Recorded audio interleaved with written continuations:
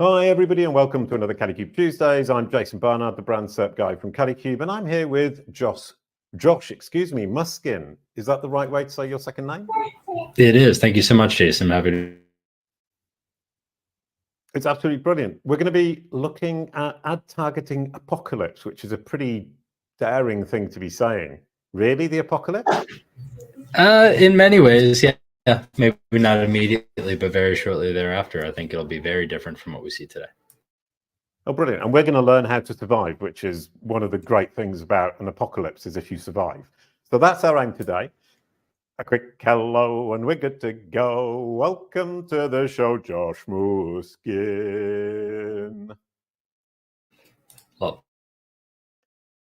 wonderful. I like it when people laugh because it means I've sung in tune. Oh, no, maybe it means I've sung out of tune and I've got the name wrong, or both. I'm never going to tell. Right, okay. Oh, because you can't tell or because you're too polite?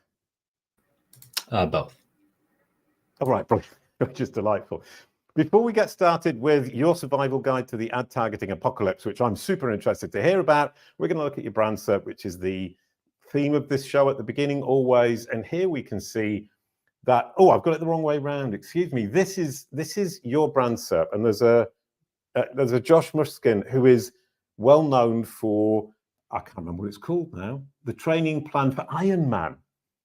And you get very little space. We can see here the green that you get relatively little space, which is a real pity because you're famous in your niche, but this guy dominates.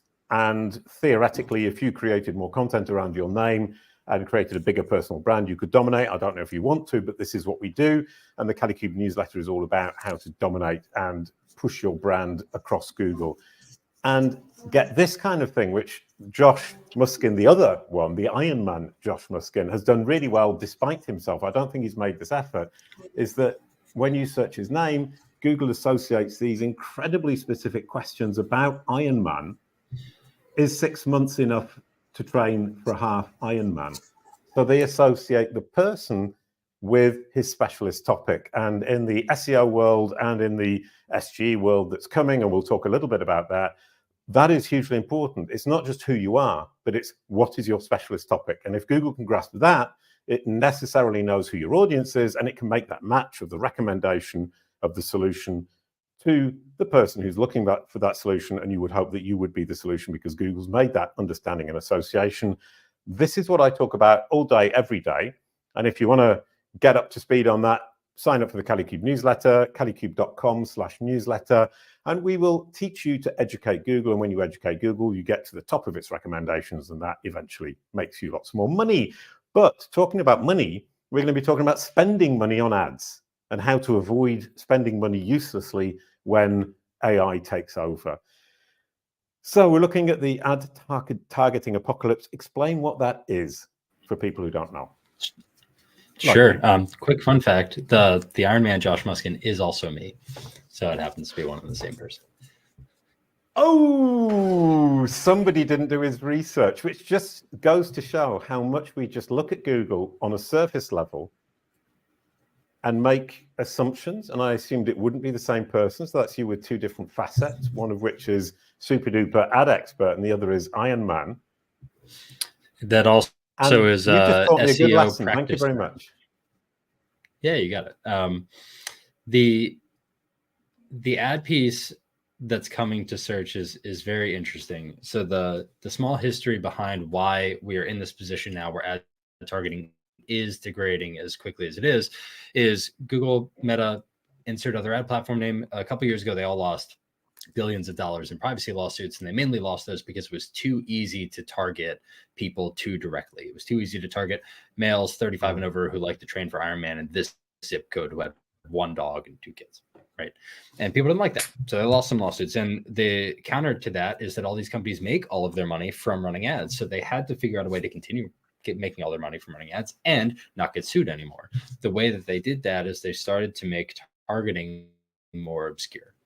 So instead of being able to target very specific demographics, you would now get to target ranges. Some categories like housing, employment, and credit. On social ads, you can't target demographics at all. You have to simply go to interests, and even those are lesser than they were.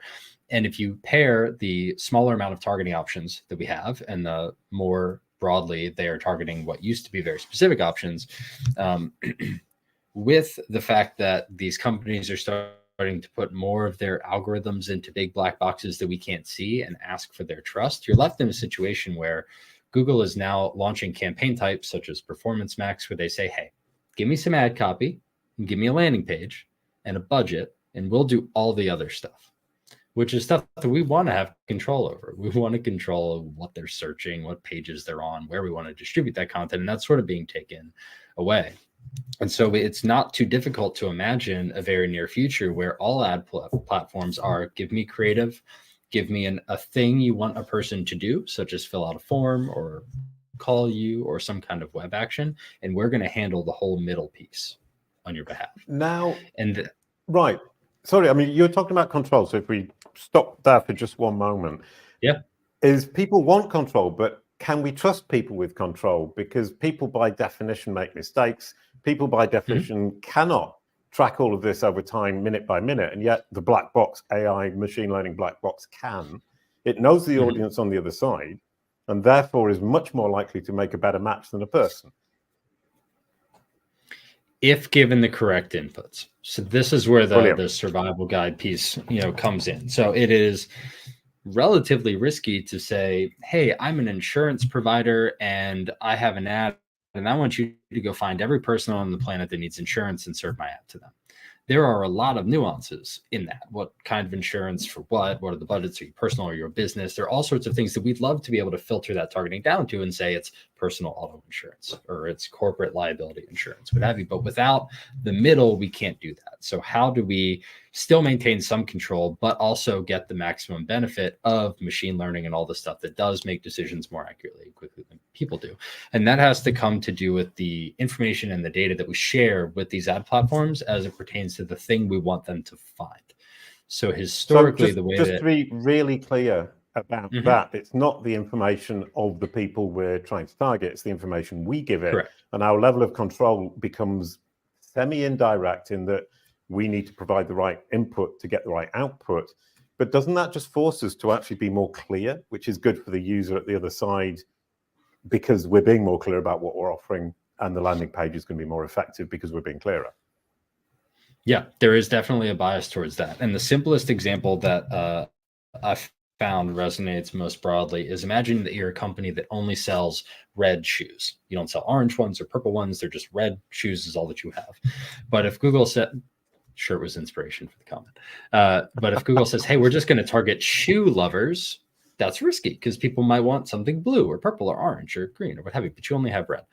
So the way that you start to interact with these platforms is when someone comes to your website and they buy a pair of shoes, you will only send information to Google or to Meta or to whomever when someone buys a red pair or when they come in and they search for a red pair. So you're starting to not tell ad platforms about people that want to buy shoes, but they want them for the wrong color. You're only going to share information about the ones who want red ones. And what happens is a couple things. People get scared of filtering this data to something smaller because they see a smaller number of events happening in the platform, which by division purposes makes their cost per action higher. You're simply sending less stuff. So reporting, it's more expensive to get that thing. So that can feel weird and scary from a reporting perspective. But over time, as you were saying to me, I think in prior to getting started, like, hey, when you start something, sometimes it's rocky and then it improves as it goes. Over time, because you're only giving these platforms information about people you have already deemed quality, they're only going to go out and try to find people who meet that same set of criteria. So you're going to stop getting people who want purple flip-flops, and you're only going to get people who increasingly want red shoes. Which means that we actually have multiple points of data from ourselves, one of which is ad copy, images, whatever we provide as the assets. Number two is whatever we provide as the landing page, which Google or the other platform then looks at, figures out what it actually offers, sees if there's a match, and figures out the true match. And then the conversion, which is which of the people who went through the ad to the landing page actually converted, at which point it can create a cohort for that group of people and target them better, which at the end of the day leads to the same result that you had at the start, which is me targeting exactly the right people, but machine learning doing it. Right. And you can actually do it in such a way where, if you know, the salespeople for most sales-led companies have a list of criteria they ask on every first phone call. Is your company big enough? You exist in my target geography, what have you? You can put all that information into questions on your form, and the combination of correct answers become that single data point that you share. So you can go a layer further and say, I don't just want people to fill my form out. I only want them to fill it out if they're going to answer questions in this way, and filtering what you're giving to only that specific combination of criteria that isn't targetable, that you're collecting first party people themselves giving you the information. It tends to be significantly more accurate than you have to go by third party list or do any of the things that the people scared of cookies being deprecated or otherwise afraid of. Right. And from a business perspective, you say that, and I think immediately we don't have any kind of form. We don't have any data collection point that we can send back to Google Ads or another platform, but also that we don't have internally for us. And also we don't necessarily capture the email and the information about the person we're trying to target, which is a huge business mistake. That was a question. Generally, yeah, you would want to collect something. And the key differentiator here to understand is that you don't have to expose any of that personal information to the platforms to get this benefit. That's still private, still yours. It exists only in CRM, etc. It's really just kind of only firing a 1 when someone fills out the form, when their email isn't a free email. They meet all of your qualification criteria, etc. That's what you're sharing. If you aren't collecting any information and you still have a desire to drive a particular intent of traffic to the site, you can do that with combinations of actions that they take. Did they watch multiple episodes of this show before they reached out? Are they coming from particular referral partners that you value greatly? You can still create those combinations of things, even if it's not personalized information. Well, you could even suggest that, have they come through multiple channels that make sense to my business, which might be too granular, but basically anything that identifies the exact type of perfect client or perfect prospect that you can send to these platforms is going to make a lot of sense in terms of them then being able to target. And your position here is that they are going to be very, very, very, very, very, very good if you provide the right data. Yep. And it's the old philosophy is, hey, let's create really specific creative for really niche groups within our audience. And if we're not able to target those niche groups in the way of actually filtering it, we have to do it in this way to maintain that same level of efficiency. The people that care about this most right now are people who are charged with an increased number of sales or qualified leads, or people deep into their sales funnels, but that don't have any extra money simply to buy more stuff. They have to get better quality stuff within the budgets that they already have. And so the eye turns from, let me just get more volume, increase my targeting everywhere, jack up the budgets, to how do I get more of this qualified person that we want? And what's the most efficient way to do that? Right. Now, what I heard in there somewhere, or I imagined I heard in there somewhere, is if I can create multiple personas with multiple super niche needs or parameters or common denominators, and create ad campaigns for each, I'm going to perform significantly better. And that forces me to think about what I'm actually offering to whom and what they're going to react positively to. Yeah, that's right. I mean, it's the always true adage of right message, right person, right time. You're still striving to do that. It's just a matter of what inputs are within your control to get that very specific message to that very specific audience. You're going to call me excessively optimistic and positive and like Tigger in Winnie the Pooh, but that's fine. Me too. That to me, brilliant, smacks of us being gently bullied, which is what we call it at Kalicube, into actually thinking more about what we're trying to do. And the gentle bully is somewhere along the lines being pushed to do something that is good for us, but we're resistant to initially because we're lazy. Yeah, I think there's a lot of truth to that. I think the positives that come out of a change like this is the desired strategy to get more information directly from your prospects, that first party information that they're giving you versus like going out and buying something that may or may not be accurate. I think that relationship that you have to build with that individual to get that information will have significant benefit for marketing teams and companies and people just trying to connect with their audience. I think that's a huge positive out of it. And then finding a way to use that information effectively to get more of what you want is certainly what the marketing and sales organization, half of that, is going to care about most. And right, okay. And is my kickoff going to be, I need to bleed money to start with to teach the machines, or can I avoid that? You can avoid that because you're not going to have to spend any more money than you're spending now, whatever that is. Really, it's just a shift of the attention that you're giving. So you're not saying, hey, I need to double my budgets to figure this thing out and then narrow down to what works. Right. You're going, in some cases, quite the opposite. You're narrowing to only what you want and then giving a little bit of time and grace for the platforms in your analysis to move closer to that metric versus all the people who wanted purple flip-flops. Right. And if I look at just Google Ads, does this then encourage me to create landing pages that work for both Google Ads and for SEO? Bring the two together, say, that's my persona, that's what they're looking for, this is what I'm trying to do with the conversion, and then feed those pages to the Google Ads platform with the assets that are necessary, that are actually probably pulled from the page itself. Sometimes, not always. A lot of it depends on what the queries are, right? If you have a query that is very buying intent focused, like I just need a reason to swipe my credit card and buy this thing, chances are your SEO page is going to be too broad and too informational for that purpose. You're going to want a more specific page that talks about the reasons you should just swipe your card and buy that thing. If you are bidding on terms that are more educational, that are more someone in the middle or the top of the funnel, if you will, where you have to tell them a little bit more about why they should care, what the problems are, what problems that you solve, that's where you get a little bit of that intersection between that content being the same, potentially being quite useful. But ultimately, you want to match as best you can, whether it's SEO specific or paid media specific, the thing that user, when they click on either the organic or the paid result, what do they expect to be on the other half of that? Matching that expectation as best you can sometimes means it goes to the same page for both sources. Sometimes it means you need a very specific experience for that user in that moment, but the closer you can get to perfection there, the better. Yeah, right. Which means think about it before you just throw the pages in there. But you said as close as to perfection, as possible. And Google and Bing talk about the perfect click. And the perfect click for them is when the user clicks on the link from the search page in this particular circumstance, gets to the page, and the problem is then solved on that page. So we're all looking for that.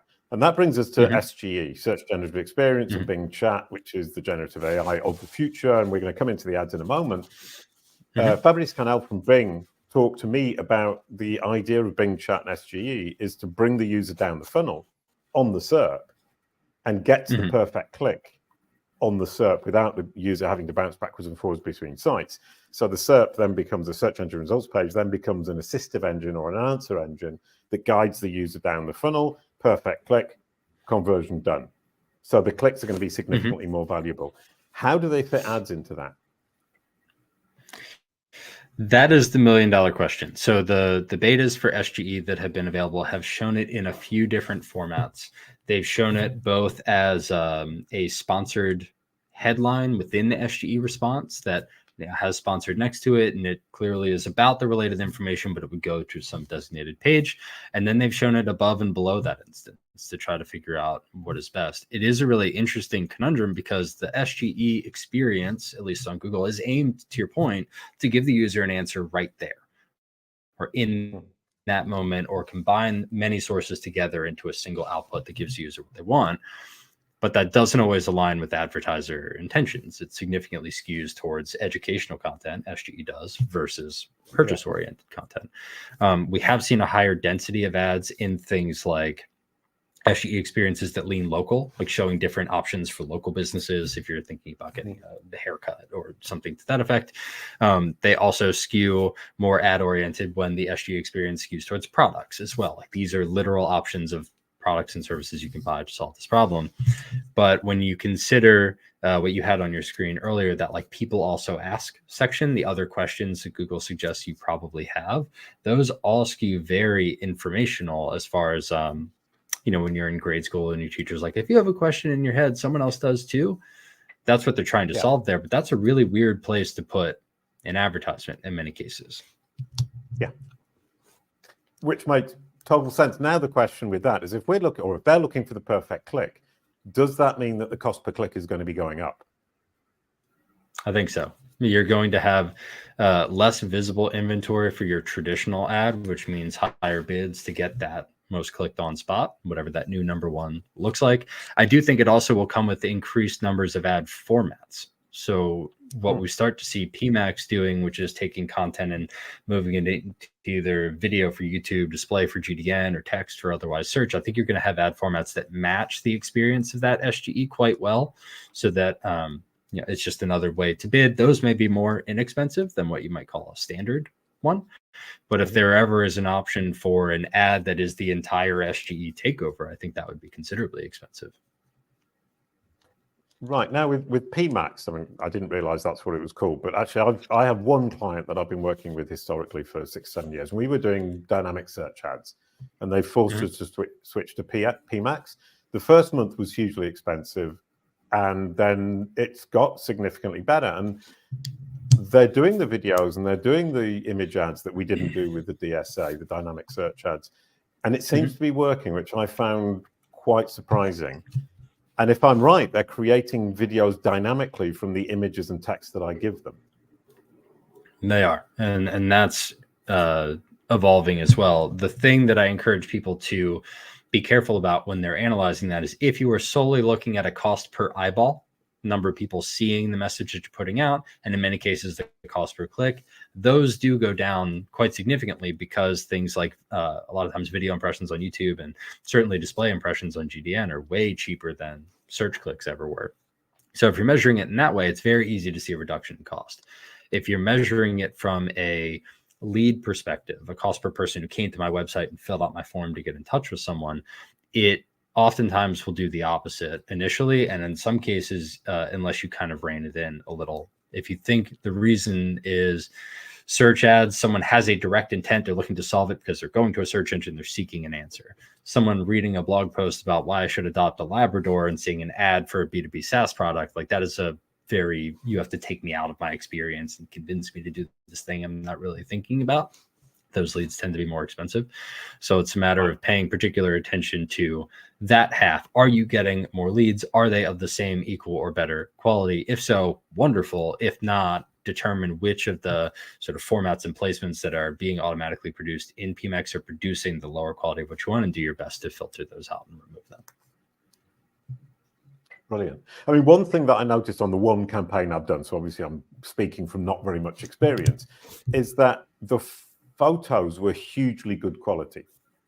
And I suspect that that plays enormously into it, because the visual aspect is something we weren't particularly used to or being used in DSA. And all of a sudden it becomes, I would imagine, incredibly important. And we're lucky or smart to have had great photos. Yeah, visual is always there. If you consider just like a standard social ad, the way that it looks, you have a big image, sometimes with text on it. You have the text that's above it that is more of the post text, and then kind of the ad headline and whatnot, if you will, beneath that. Many eye test studies suggest that the eyes go image first, then text within the image, then post copy, then whatever the actual ad says beneath it. So if that first stop is, what is this image and why do I care about it? The quality of that is significantly more important than any other piece of that ad. Brilliant answer. And what about the CTA? Does the call to action become even more important now? It becomes important because things are going to continue to get slightly more expensive. So you want a higher rate of action on the more expensive thing to keep costs within. But the goals of the CTA are going to be the same. If we are doing everything that's in our power to make sure that that ad is being placed in front of the right person, it really just has to be the relevant ask we're asking them to take in the part of the journey where they exist. If someone didn't know about your product or service at all, asking them to sign up for a demo is probably a little bit much. Right. But if they are asking buying oriented questions, or they have that kind of search history, then maybe that makes sense. Right. Okay. Now, another question is, in the description, you've put broad in inverted commas. When you say broad targeting, now what do you mean by broad with the inverted commas? I'll give you the example. So in Google search, if we're sticking with that medium, there are 3 different types of keywords you can target. You can target a broad match keyword. So if we're using our red shoes example, that would automatically change the keyword red shoes to accept queries like purple flip-flops, orange boots, and all variations. They then have phrase, which you would wrap in normal quotes, which would say, okay, I want to bid on the keyword red shoes, but if it's red shoes size 10 or boots that look like red shoes, like as long as that key phrase is in there, you can write whatever you want on either side.